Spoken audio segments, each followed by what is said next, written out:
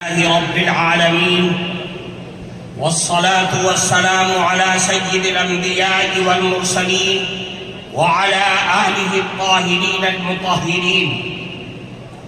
أما بعد، فقد قال النبي صلى الله عليه وسلم: أدبوا أولادكم على 3 خصال: حب نبيكم وحب أهل بيته وتلاوة القرآن، أو كما قال رسول الله صلى الله عليه وسلم. محترم صدر جلسہ، حضرات علماء کرام اور دور دراز سے آئے ہوئے ہمارے معزز بزرگوں اور عزیز دوستوں، جمعیت علماء ہند کے تمام اغراض و مقاصد کو اگر کسی سانچے میں ڈھالا جا سکتا ہے تو 3 چیزیں نکل کر کے سامنے آتی ہیں، جس پر جمعیت علماء کی یہ بلند و بالا عمارت قائم ہے: نظام تعلیم اور نظام تبلیغ اور اصلاح معاشرہ. اصلاح معاشرہ جمعیت علماء کے بنیادی کاموں میں سے ایک کام ہے. آج پورے ملک سے لوگ آئے ہوئے یہاں پر بیٹھے ہوئے ہیں. حضرت صدر محترم کے حکم سے جمعیت علماء ہند کی طرف سے اصلاح معاشرہ کا نظام چلایا جاتا ہے. آج اس مستند اسٹیج سے آپ سب حضرات کو اصلاح معاشرہ کے سلسلے میں وہ بنیادی نقوش دیا جا رہا ہے کہ جس پر چل کر کے اصلاح معاشرہ اور ملک کے اندر پھیلنے والے ارتداد کی ساری لہریں ختم اور خاک میں مل سکتی ہیں. وہ بنیادی چیز یہ ہے کہ اصلاح معاشرہ سماج اور سوسائٹی کے اندر بھلائی اور بہترین نسل انسانیت پیدا ہونے کا واحد راستہ یہ ہے کہ ہم سب مل کر کے اپنی اولاد کی صحیح اور شرعی اعتبار سے تعلیم اور تربیت کریں. اگر ہم اپنی اولاد کی تربیت صحیح انداز میں کریں گے تو یاد رکھیے سماج میں پھیلنے والی تمام خرابیاں وہ سب کے سب ختم ہو جائیں گی. اللہ کے نبی جناب رسول اللہ صلی اللہ علیہ وسلم نے ارشاد فرمایا: ادبوا اولادکم علی 3 خصال. اے لوگوں، اپنی اولاد کی تربیت کرو اور 3 عادتوں کی طرف متوجہ کرو اور 3 عادتیں ان کے اندر پیدا کرو.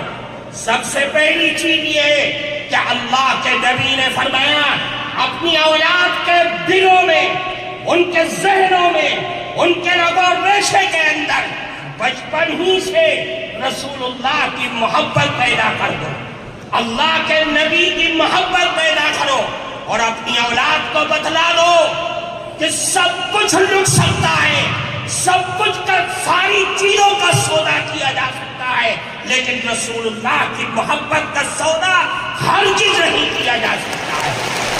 اللہ کے نبی کی محبت اور یہ بچوں کے دل و دماغ میں اس چیز کو بٹھا دو کہ رسول اللہ کی محبت ہمارے ایمان کی معراج ہے، تمام ایمان کا مدار رسول اللہ کی محبت پر ہے.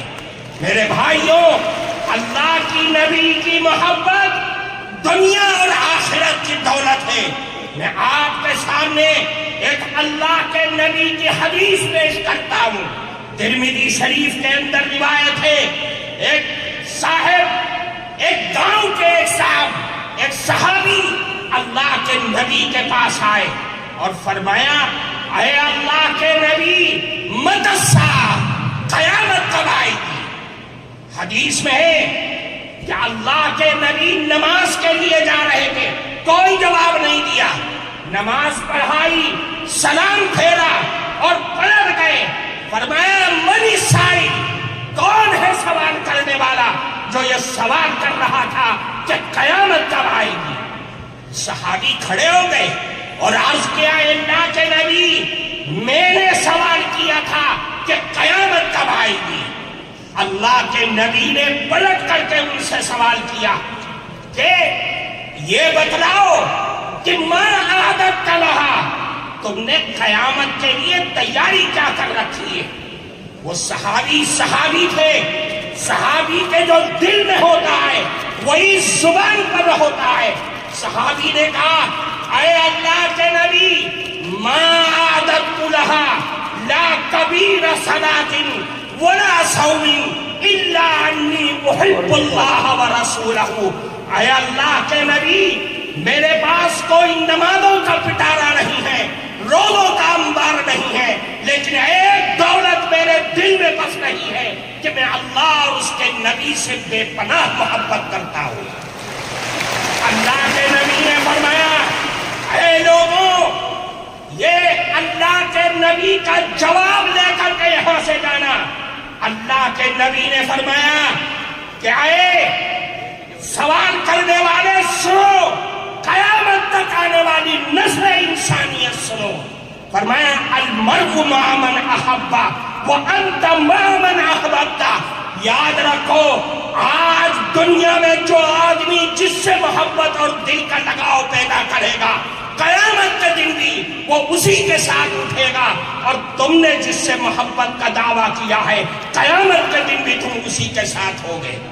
اس حدیث کے راوی حضرت انس رضی اللہ تعالی عنہ فرماتے، صحابہ کرام اس جملے کو سن کر اتنا خوش ہوئے کہ میں نے اسلام کی زندگی میں کبھی بھی صحابہ کرام کو اتنا خوش ہوتے ہوئے نہیں دیکھا تھا۔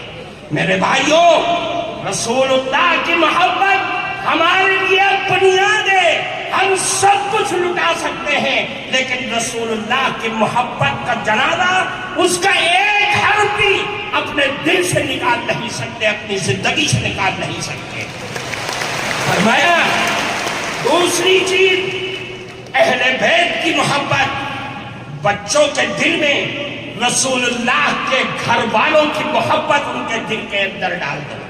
یہ پیدائش کے بعد سے جب بچہ ہوش سنبھالے، کہ جس کے بارے میں اللہ کے نبی نے فرمایا، افتحوا، سب سے پہلا کلمہ فرمایا کہ لا الہ الا اللہ ان کی زبان سے کلواؤ، اور قیام اور موت کے وقت لا الہ الا اللہ کی تلقین کرو۔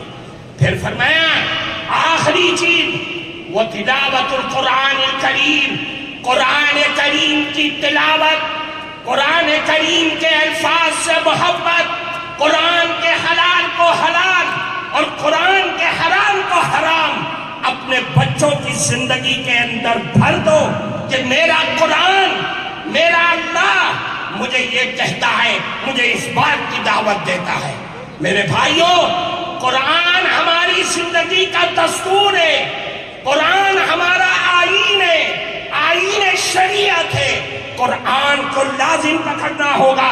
یہ جمعیت علماء کے اسٹیج سے آپ کو دعوت دی جا رہی ہے۔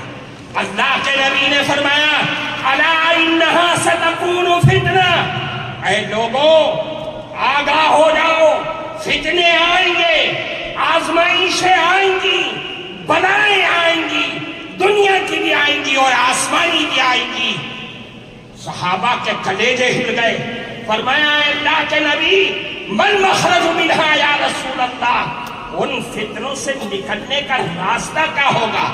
اللہ کے نبی نے فرمایا کہ قرآن ہے، قرآن ہے، کیوں؟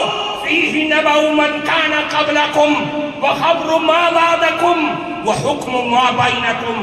یہ قرآن ہے جس میں تمہارے پچھلے لوگوں کے حالات کی بھی اطلاع ہے، تمہارے بعد میں آنے والے لوگوں کی بھی خبر ہے، اور تمہارے جھگڑوں کا فیصلہ بھی اسی قرآن میں موجود ہے۔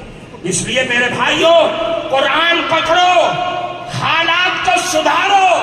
یہ مسائل، یہ الجھنیں، یہ پریشانیاں، یہ ہمارے آفتوں اور مصیبتوں کی وجہ سے آ رہی ہے۔ میں آپ کو ایک بات کی طرف توجہ کر کے میں بات کو ختم کرتا ہوں۔ آج تک ہم روتے تھے، ہمارے بڑے پریشان تھے کہ دنیا نشہ کر رہی ہے، دنیا سکتے اور جوئے کھیل رہی ہے۔ آج جو سب سے زیادہ حالات ہیں وہ سود کی بیماری ہمارے اندر جنم لیتی جا رہی ہے۔ اور سود بھی کیسا؟ بینک کا سود نہیں، ساہوکاروں کا سود نہیں، بنیاؤں کا سود نہیں، وہ بندھن بینک، وہ جگہ جگہ گاؤں اور دیہاتوں میں جہاں سود اور قرض دینے والے وہ چور بیٹھے ہوئے ہیں جو صرف عورتوں کی آئی ڈی پر عورتوں کو ہی دیتے ہیں، ان کے نمائندے عورتیں ہیں، ہمارے مرد گھروں میں بیٹھے ہوئے سو رہے ہیں۔ میرا کون سا کلیجہ ہے، کون سا ہمارا دل ہے جو اس بات پر راضی ہوتا ہے کہ میری جوان بیٹی، میری جوان ماں، میری جوان لڑکی ان خیروں کے آفسوں میں جا کر کے قرض لے کر کے آتی ہے اور میں سارے ہفتے اس قرض کی قسط چکانے میں لگ جاتا ہوں۔ میری عورتیں بیگانہ ہو گئی، بیوی میری ہے لیکن اس کے آفسوں میں وقت گزار رہی ہے۔ ہماری سوچ اور فکر پر لعنت ہے ایسی۔ اس لیے میرے بھائیوں سوچو اور سود سے نکل کر کے باہر آؤ۔ اصلاح معاشرہ کو ہر گاؤں، ہر گلی، ہر مسجد کے حلقے میں اس کو پروان چڑھاؤ تاکہ میری قوم ان لعنتوں سے باہر آ سکے۔ وآخر دعوانا ان الحمد للہ رب